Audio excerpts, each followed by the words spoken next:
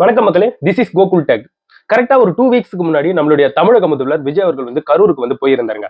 கரூருக்கு போயிட்டு அந்த கரூர் ஸ்டாம்பீட்ல வந்து ஒரு 41 நபர்கள் வந்து இறந்து போயிருந்தாங்க. போன வருஷம் இறந்து போயிருந்தாங்க இல்லையா? அந்த குடும்பத்துல இருக்கவங்களுக்கு ஒருத்தவங்களுக்கு அப்படின்ட்டு கவர்மெண்ட் பணி ஆணை என்பது கொடுத்தாரு நம்மளுடைய தமிழக முதல்வர் விஜய் அவர்கள்.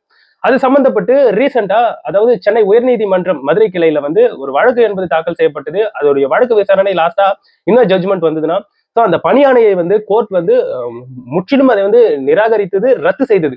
சோ இது சம்பந்தப்பட்டு சோசியல் மீடியால ஒரு சிலர் வந்து பேசி வச்சிருக்காங்க. சோ அவங்க என்னதான் அவங்க ஒரு சிலரை வந்து நியாயமா பேசணும், பெரும்பாலான இடத்துல அவங்க வந்து விஜய் அவர்களை வந்து ஒருமையில பேசியிருக்காங்க, ஒருமையில திட்டிருக்காங்க. இவ்வாறான விஷயங்கள் வந்து நியாயமற்றவை. சோ இதை பத்தி தான் அவங்க என்னென்ன பேசியிருக்காங்க, என்னென்ன ஒருமையில திட்டிருக்காங்கன்றத பத்தி தான் இன்னைக்கு உங்ககிட்ட இந்த வீடியோல எக்ஸ்பிளைன் பண்ண போறேன். முதல்ல போன வருஷம் 2025 செப்டம்பர் மாசம் வாக்குல சனிக்கிழமை விஜய் அவர்கள் வந்து கரூர் சென்றிருந்தார். அங்க ஒரு இடத்துல வந்து அவர் வந்து மக்களை சந்திச்சு பேச வேண்டிய ஒரு இடத்துல கரெக்டா அதிகமான ஸ்டாம்பீடு, அதிகமான மக்கள் வெள்ளம் என்பது குவிஞ்சது. அந்த இடத்துல வந்து ஸ்டாம்பீட்ல சிக்கி கிட்டத்தட்ட 41 நபர்கள் வந்து இறந்து போனாங்க. சோ அதை வந்து முன்னிறுத்தி அவங்க வந்து சொல்றாங்க, அந்த 41 நபர்கள் வந்து இறந்து போனாங்க இல்லையா, அந்த 41 நபர்களை வச்சு அரசியல் செஞ்சு அனுதாப வெற்றியை வந்து விஜய் அவர்கள் வந்து வாங்கியிருக்காரு. அது மட்டும் இல்லாம அந்த 41 நபர்களுக்கும் சாவுக்கு காரணம் அவர் தான் அப்படின்ற மாதிரி பேசிக்கிட்டு இருக்காங்க. இதெல்லாம் எந்த அளவுக்கு நியாயம்ன்றது எனக்கு சுத்தமா புரியல. இப்போ வரைக்கும் சிபிஐ கேஸ் வந்து ஒரு பக்கம் போய்கிட்டு இருக்கு. இந்த மாதிரி நாட்களே நரம்பே இல்லாம இதை வந்து ஒருத்தர் மேல குற்றமா சாட்டுறது எந்த அளவுக்கு ஒரு நல்ல நல்ல விஷயம்ன்றது எனக்கு வந்து சுத்தமா புரியலங்க. ஏன்னா கேஸ் வந்து நான் சொன்ன மாதிரி சிபிஐல வந்து போய்கிட்டு இருக்கா. சோ இதுல வந்து ஏகப்பட்ட விஷயங்கள் வந்து உற்று நோக்க வேண்டியதாக இருக்கு. சோ அந்த இடத்துல வந்து குவிஞ்ச மக்களா இருக்கட்டும், சோ அந்த இடத்துல வந்து அந்த இடம் அமைந்த விதமாக இருக்கட்டும், உளவுத்துறை அங்க வேலை செஞ்ச விஷயமா இருக்கட்டும், எல்லாமே ஒரு கேள்விக்குறிகளாகவே இந்த இடத்துல வந்து இருந்துகிட்டு இருக்கு. அந்த மாதிரி இருக்கும்போது விஜய் அவர்கள் தான் அதற்கு காரணம், அவரு இதனால தான் அனுதாப வெற்றி பெற்றிருக்காரு அப்படின்ட்டு அந்த நபர் பேசுறது எந்த அளவுக்கு உண்மையானது.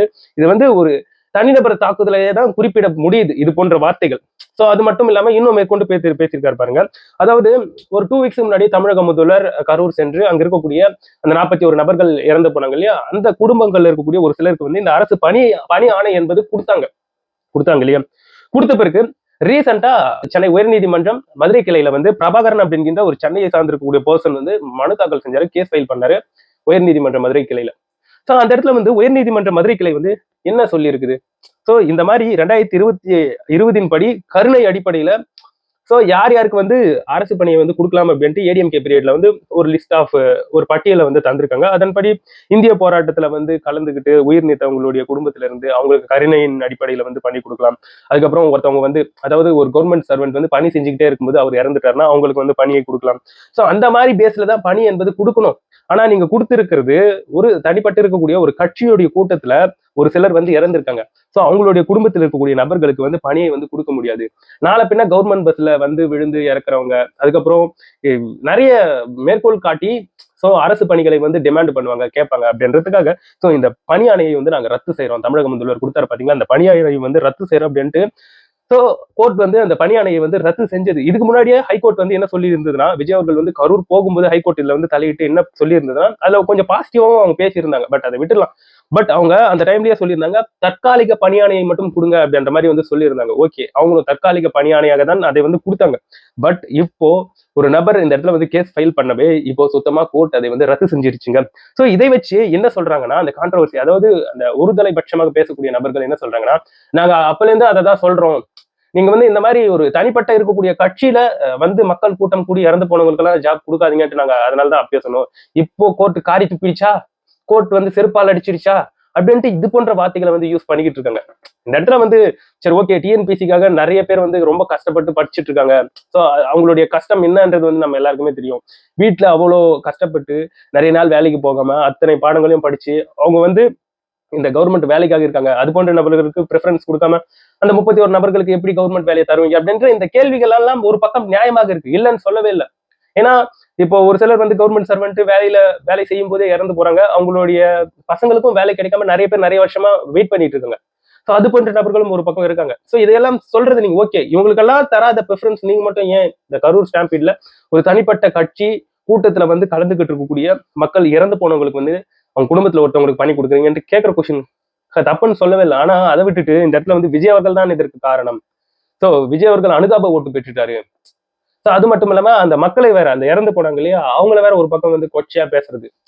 சோ அவங்க குடும்பங்களை கொச்சையா பேசுறது, கிட்டத்தட்ட 35 லட்சம் வரையும் கொடுத்துருக்காங்களே, உங்களுக்கு அது போதாதா, இன்னும் நீங்க வந்து உங்களுடைய அனுதாபத்தை வந்து காமிச்சிட்டு இருக்கீங்களா அப்படின்ட்டு அவங்க மேல வந்து அந்த மாதிரி ஒரு மாதிரியா பேசுறது. அதுக்கப்புறம் இறந்து போன அந்த உயிர்களை நாங்க வந்து துச்சமா பார்க்கல அப்படின்ட்டு ஒரு பிட்ட வேற போட்டு விட்டுறது இதுல வேற. அதாவது மக்களே, இந்த இடத்துல வந்து ஓப்பனா ஒரு விஷயத்த நான் சொல்லி ஆகணும். யாரா இருந்தாலும் மனசு அப்படிங்கிற ஒரு விஷயம் இருந்ததுன்னு வைங்களேன், அவங்களுக்கு வந்து கவர்மெண்ட் வேலை கொடுத்துடலாம் அப்படின்னு சொல்லல.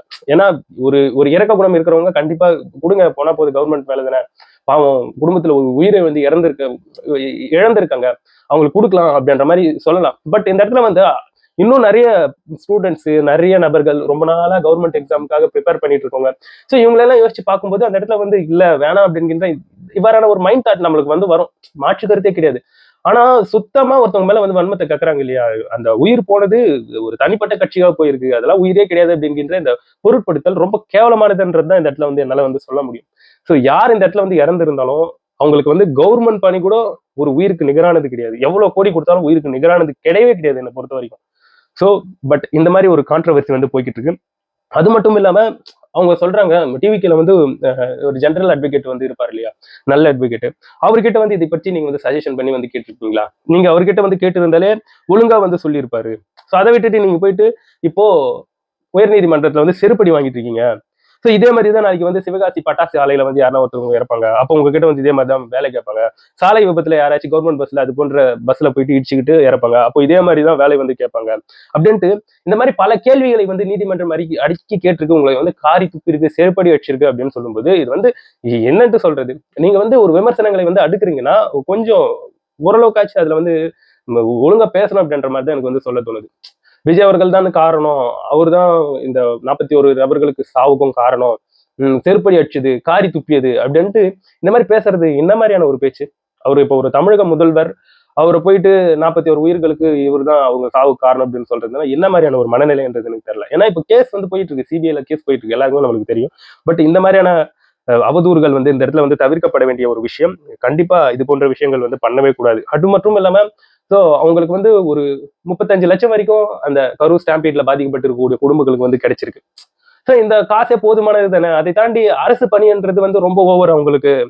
அவங்களுக்கு கோர்ட் சொன்ன மாதிரி சுழல் தொழில் கத்துக் கொடுக்க வேண்டியது, சுழல் தொழில் செய்வதற்கான அந்த ட்ரைனிங் வந்து நீங்க கொடுத்துருக்கலாம். அது மட்டும் இல்லாம இந்த அரசு பணி சார்ந்திருக்கக்கூடிய அவங்களுக்கு வந்து அந்த அரசு பணி வந்து கிடைக்கணும்னா அவங்களுக்கு வந்து அரசு பணி அந்த தேர்வு எழுதக்கூடிய அதற்கு பிராக்டிஸ் வந்து நீங்க வந்து கொடுத்துருக்கலாம் அப்படின்ட்டு கோர்ட் சொன்னதை இவங்க வந்து திருப்பியும் அதே வந்து போட்டு பேசிக்கிட்டு இருக்காங்க. அது மட்டும் இல்லாம இன்னொரு பிளேம் என்னன்னு பார்த்தோம்னா, திருவள்ளூர்ல அமோனியா அப்படிங்கிற ஒரு வாயு கசிஞ்சு ஒரு தனியார் நிறுவனத்துல கிட்டத்தட்ட ஒரு 16 15 பேர் வந்து இறந்து போயிருந்தாங்க.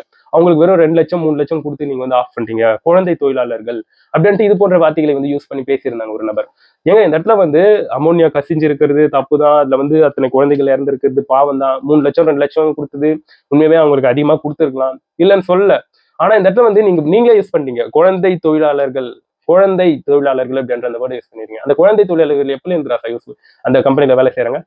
சோ நீங்களே யூஸ் பண்றீங்க, அப்ப குழந்தை தொழிலாளர்களை வந்து கம்பெனில வந்து யூஸ் பண்ணலாமா?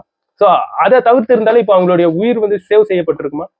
சோ கவர்மெண்ட் ஆய்வு செய்யல அந்த கம்பெனில போயிட்டு, கரெக்டா ப்ராப்பரா ஆய்வுகளை வந்து மேற்கொள்ளல அப்படின்றீங்க. இந்த விமர்சனம் ஏற்றுக்கொள்ள வேண்டிய ஒரு விமர்சனம், இல்லைன்னு சொல்லவே இல்லை, கவர்மெண்ட் பார்க்கணும் தான். ஆனா நீங்களே சொல்றீங்க குழந்தை தொழிலாளர்கள் ஒர்க் பண்ணிட்டு இருக்காங்க. அந்த குழந்தை தொழிலாளர்கள் அனுமதிச்சு எப்பல இருந்து அந்த குழந்தை தொழிலாளர்கள் வந்து ஒர்க் பண்ணிட்டு இருக்காங்க? டிவிகே கவர்மெண்ட் அமைஞ்சு 2 மாசம் ஆயிட்டு இருக்கு. அப்ப இதுக்கு முன்னாடி சோ கேள்விகள் எழுதலையா அந்த இடத்துல வந்து இது போன்ற விஷயங்களுக்கு? சோ கொஞ்சம் கூட நியாயமே இல்ல. அது மட்டும் இல்லாம இந்த டிஎன்பிசி எக்ஸாம்க்கு ப்ரிப்பரேஷன் பண்றவங்க எந்த அளவுக்கு கஷ்டப்படுறாங்கன்றது சீரியஸா சொல்றேன். இதுல எனக்கு உடன்பாடு இல்லைங்க பெருசா. ஏன்னா அவ்வளவு பேர் வந்து கஷ்டப்பட்டு எக்ஸாமுக்காக ப்ரிப்பேர் பண்ணி எழுதிக்கிட்டு இருக்காங்க. சோ அந்த மாதிரி இருக்கும்போது இந்த 31 நபர்களுக்கு ப்ரிஃபரன்ஸ் கொடுத்து அரசு பணியை வந்து கொடுக்கறது அந்த அளவுக்கு சரி கிடையாது அப்படின்ற மாதிரி தான் எனக்கு வந்து தோணுது. சோ அந்த விமர்சனக்காரர்கள், அதாவது அந்த விமர்சனத்தை வைக்கக்கூடிய அந்த நபர்கள் சொல்ற மாதிரி சோ விஜய் அவர்கள் கிட்ட வந்து இல்லாத காசா, இல்ல அவங்க கட்சியில அவங்க கிட்ட இல்லாத காசா, அதை வந்து தனிப்பட்ட முறையில அந்த நபர்களுக்கு வந்து தரலாம், மாற்று கருத்தே கிடையாது.